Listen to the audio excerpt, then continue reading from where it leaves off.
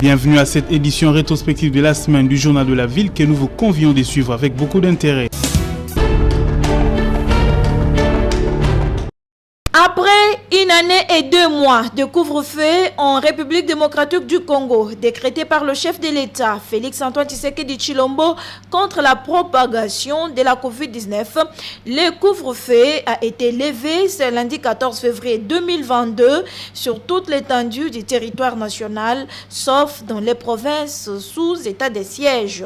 Décision prise à l'issue d'une réunion d'évaluation des mesures sanitaires prises par l'État congolais.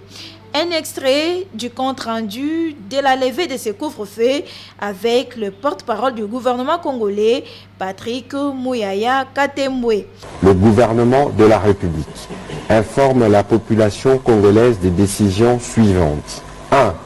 La levée immédiate du couvre-feu sur toute l'étendue du pays, sauf pour les provinces sous état de siège. La suppression de tests Covid-19 à l'entrée du territoire national pour tout voyageur complètement vacciné. 3. La suppression des tests Covid-19 pour tout voyageur complètement vacciné à l'intérieur du pays. Et pour le coordonnateur des activités de riposte contre la Covid-19, le professeur Jean-Jacques Mouyembe Tanfoum, bien que certaines mesures sont levées, nous devons rester vigilants car on ne sait jamais. Je suis heureux ce soir de vous annoncer que la 4e vague causée par le variant Omicron est derrière nous. Et donc, cela ne veut pas dire que la pandémie est terminée. Nous devons être vigilants et, comme l'a dit notre ministre, continuer à observer les gestes barrières. Nous devons être vigilants et porter toujours, n'est-ce pas, les masques. Il faut également noter que parmi ces mesures, il y a l'interdiction formelle aux bars et aux églises de jouer fort la musique après 21h et aussi la suppression du test Covid-19 pour tout voyageur complètement vacciné.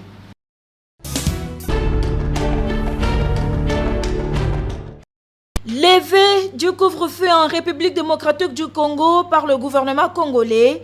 Comment les Quinoises et Quinois ont accueilli cette décision? Nos reporters étaient dans les rues de Kinshasa pour recueillir les réactions.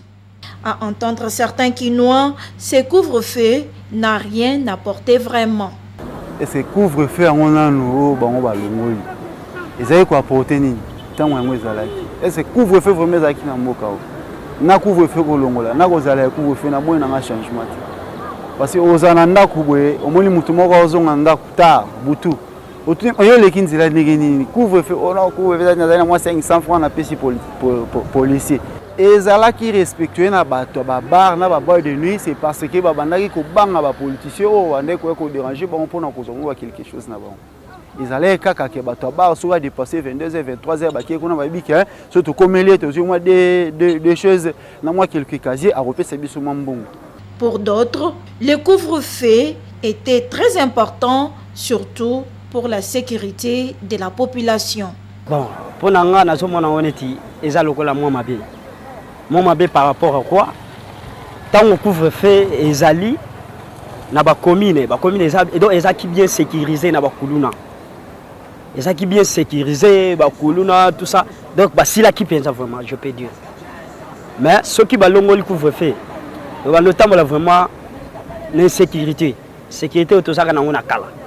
Ponanga bako sala ka de barrière o batika na ba commune wana. O commune kingandi batika ngo po basala musala ya ko sécuriser ba commune, ko sécuriser ba peuple. Po na mwa mikolo bango basali na moni neti kimia ekoti. Ba kuluna ba doser, ba criminel ba doser, tout ça. Sur le plan de la sécurité, ça permettait aux bandits de ne pas circuler à toute liberté.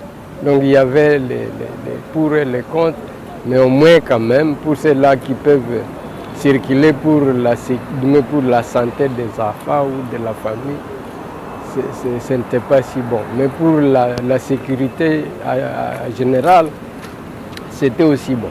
Mais il fallait quand même une restriction dans la mesure sécuritaire.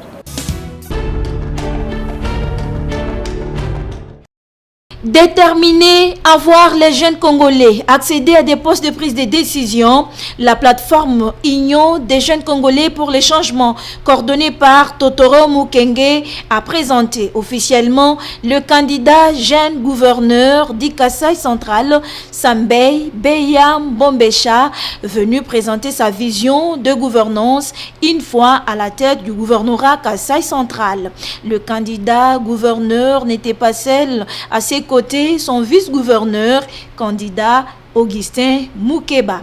Une cérémonie qui a connu la présence du chef coutumier du Kasai central, Kamwena Sapou, du président du Conseil national de la jeunesse, l'IREC, Agir pour le peuple, les assistants parlementaires, pour ne citer que ceux-là.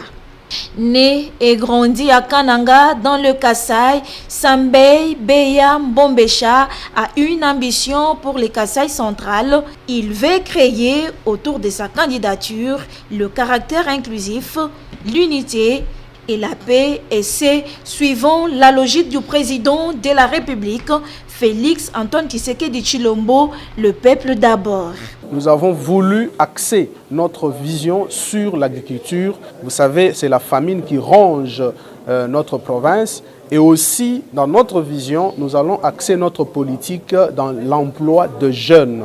Notre présentation de ce ticket a un caractère inclusif parce que nous voulons que notre candidature soit portée par le peuple. Et ce peuple est en majorité la jeunesse. Prenons la parole à son tour le coordonnateur provincial de l'IJUCC Kinshasa, Rémi Mangwamba, a au nom du coordonnateur national empêché, ému le vœu de voir le jeune Sambei Beya être élu gouverneur du Kasai central.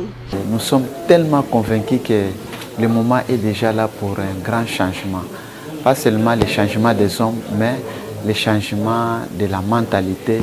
Dans le cadre du projet Tufaulu, nous sommes en train de soutenir des jeunes dans tous les niveaux, partout là où on doit accéder aux instances de décision.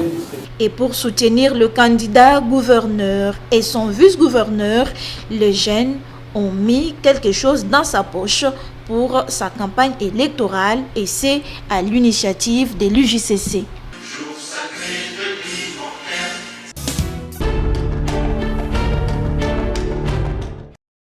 30 ans 1992-2022, les Congolais toujours interpellés au courage politique, et pour honorer la mémoire des victimes, les collectifs du 16 février, Rodesic, Siamkin, CLC, KLCC, Ascovi, Lucha, Ekolo ya Bondeko, Groupe Amos, ADEP, Toge Noire, a organisé une conférence débat ce mercredi 16 février au centre CEPAS à Gombe, conférence co-animée par le professeur Thierry Landou, Abbé José Pundou, Père Rigobert Ninani et Paul Kabeya du Rodesic à la modération.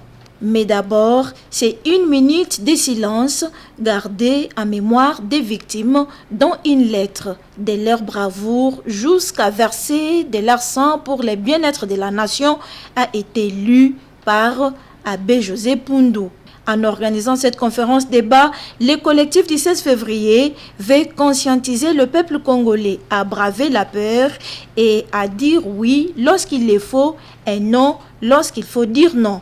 Professeur Thierry Landou est coordonnateur du collectif du 16 février. 30 ans après, il y a des choses qui ont commencé à émerger au niveau de notre société. La première chose, c'est que nous sommes aujourd'hui capables de braver la peur. Ça, c'est un acquis. Tout ce qui nous arrive, c'est parce que nous acceptons que ça nous arrive. C'est lorsque nous disons non, de manière positive, que ces choses-là ne nous arrivent pas. 30 ans après la marche du 16 février, la population congolaise doit comprendre qu'elle est maîtresse de son destin, précise Paul Kabeya, secrétaire exécutif du Rodesic. La marche voudrait que la RDC soit un pays de droit. Et 30 ans après, les mêmes clichés négatifs d'hier se poursuivent. Et c'est encore une autre interpellation pour continuer la lutte. La population donc doit comprendre qu'elle est maîtresse de son destin. Pour rappel, la marche des chrétiens du 16 février 1992 était organisée à l'appel du comité laïque de coordination pour exiger la réouverture sans condition de la conférence nationale souveraine.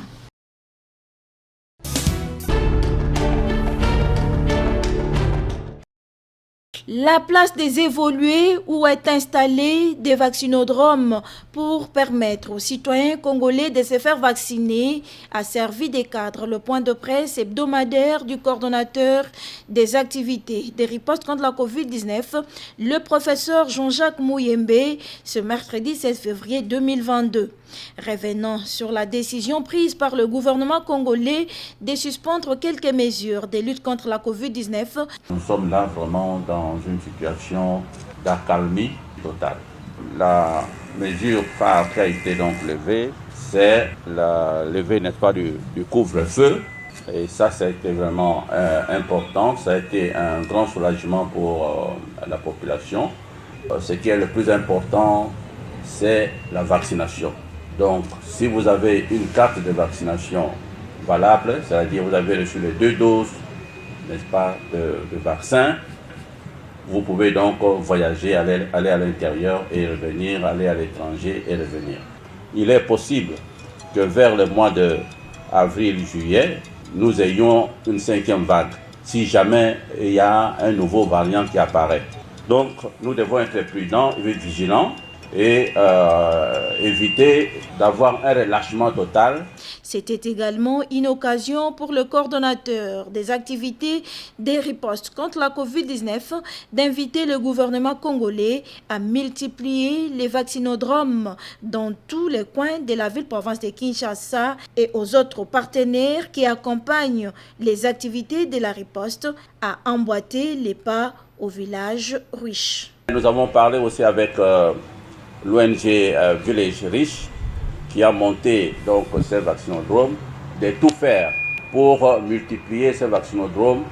Par exemple, mettre un à la place Victoire à Matongé et un autre par exemple vers Sainte-Thérèse en Djili pour que vraiment la population puisse avoir accès facile, n'est-ce pas, à la vaccination. La couverture vaccinale en RDC est relativement basse. Une sensibilisation forte sur la vaccination serait d'une importance capitale, a martelé le professeur Mouyembe.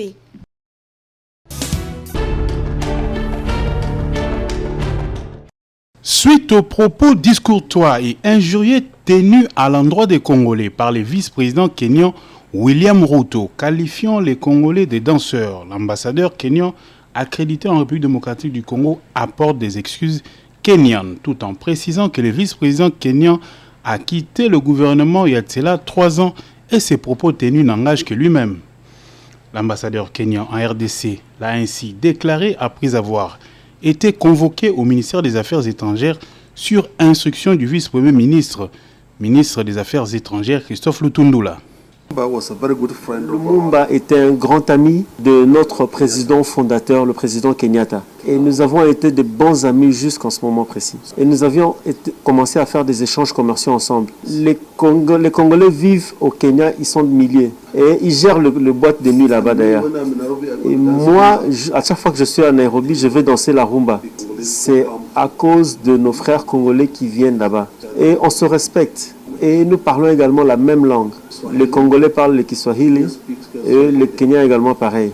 Nous sommes très proches. Alors nous sommes venus voir le secrétaire général à cause de propos qui avaient été tenus par le vice-président du Kenya. Il faut noter que le vice-président du Kenya a normalement quitté le gouvernement il y a 3 ans. Mais notre constitution ne permet pas au président de le virer. Alors en ce moment précis, il gère un parti d'opposition.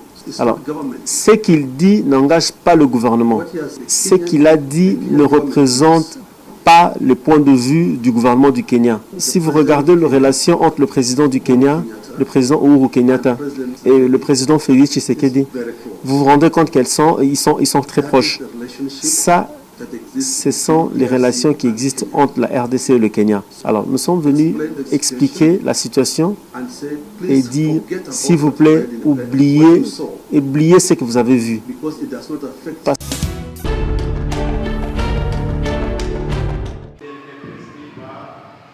Après la commune de Massina, Ndjili, la campagne de sensibilisation et conscientisation des jeunes violents à la non-violence s'est poursuivie ce mercredi 16 février 2022 avec les jeunes de Kimanteke. Campagne organisée par la Ligue de femmes pour le développement et l'éducation à la démocratie, l'IFDED. Invité à cette journée, le bourgmestre de la commune de Kimanteke, qui s'est fait représenter par son chef des services de développement, qui, à l'occasion, a démontré aux violents les conséquences de violence dans la commune de Kimanteke, tout en les invitant de se désengager des actes barbares. Et à ses côtés, le commandant adjoint du district, Marie-Paul, qui a mis en garde tous les jeunes qui s'adonnent aux violences. Intéressée par le travail qu'a la LIFDED dans la promotion de la paix, Francine Wingi de la MONUSCO, partenaire de la LIFDED, s'est entretenue avec ces jeunes violents sur les rumeurs et comment les éviter. Très touchés par cette sensibilisation, les jeunes violents de Kimanteke promettent de faire le bien. La commune a dit tout lutter, tout mettre fin à la violence, pour brutaliser tout, ils ont mis au bout là, ils ont mis ça nos réputations, il y a commune et il y a ici qu'à autojoindre. Ce qui vient dans la commune a dit ça, Batubaroya était donc malgré la commune moko ya délinquant ya banine, mais ce qui vient c'est ça Batubaroya. Grâce Lula Amba, coordonnatrice de la Ligue de femmes pour le développement et l'éducation à la démocratie, revient sur l'objectif ultime de cette sensibilisation. Bon, l'objectif de tout ça, c'est que les jeunes se désengagent, qu'ils quittent le camp de la violence pour agir comme des membres actifs de la société. S'ils sont en train de gagner leur vie en utilisant la machette, qu'ils abandonnent la machette, qu'ils trouvent d'autres emplois. Ce programme, c'est un processus. On les accompagne pour quitter la violence, mais au même moment, on utilise le leadership qu'ils ont, qui est négatif, qui est destructif, pour qu'ils construisent un leadership positif vers l'entrepreneuriat, vers l'autonomisation. C'est avec l'appui de la GIZ et du secrétariat de la CIRGL que cette campagne de sensibilisation des jeunes violents à la non-violence est rendue possible par la LIFDED.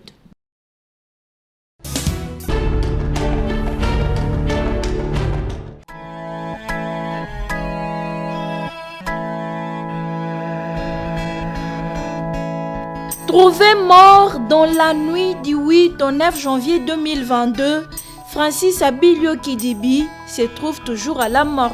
40 jours après sa mort, sa famille et ses amis réclament justice. Ce jeudi 17 février, la famille de Francis Abilio Kidibi, conduite par son oncle Tuchumani Kisombe, est descendue à l'auditorat général pour une deuxième confrontation en deux parties, ainsi pour des enquêtes et lumière sur ces dossiers, précise l'oncle de Francis. Décédé la nuit du 8 au 9 janvier de suite d'un assassinat, donc par celui que nous pensons être le lieutenant Gaël de la garde républicaine, en complicité avec Madame Anita. Aujourd'hui spécialement parce que l'auditeur général a voulu que nous nous présentions en deux parties pour une confrontation qui est la deuxième, qui serait en mesure de lui, à l'issue de ça, lui donner quelques possibilités d'avoir des éléments autres pour pouvoir orienter éventuellement le dossier toujours dans le sens soit de le fixer, soit de continuer les enquêtes qui sont en cours. Tout ce que souhaite la famille de Francis Abilio, c'est de voir la justice faire son travail afin que l'auteur de cet acte d'assassinat subisse la rigueur de la loi. Moi, Tochumani Kisombe, avec toute la famille, ma grande sœur Naïna Kisombe, la grande sœur de Francis, Yaya Faïda qui est là, avec toute la famille, nous sommes venus, accompagnés de la maman, apporter notre soutien à la justice, apporter tous les éléments que nous avons auprès de ceux pour qui nous pensons être capables de réprimer ce crime. Nous demandons à la justice d'être ferme, de ne pas pouvoir, comme nous avons eu ouï dire, qu'il y aurait des autorités, que je ne peux pas citer le nom par égard, mais nous dénonçons cela, une autorité hautement placée, soi-disant de la sécurité, aurait sa main mise sur cette situation, eh bien, sachez que le sang d'un innocent cri victime. Et Francis a été arraché la vie à 27 ans, nom de Dieu, mais d'une manière aussi brutale. Entre-temps, le deuil de Francis Abilio Kidibi se tient sur l'avenue Poeti, quartier GB, commune d'Engaliema.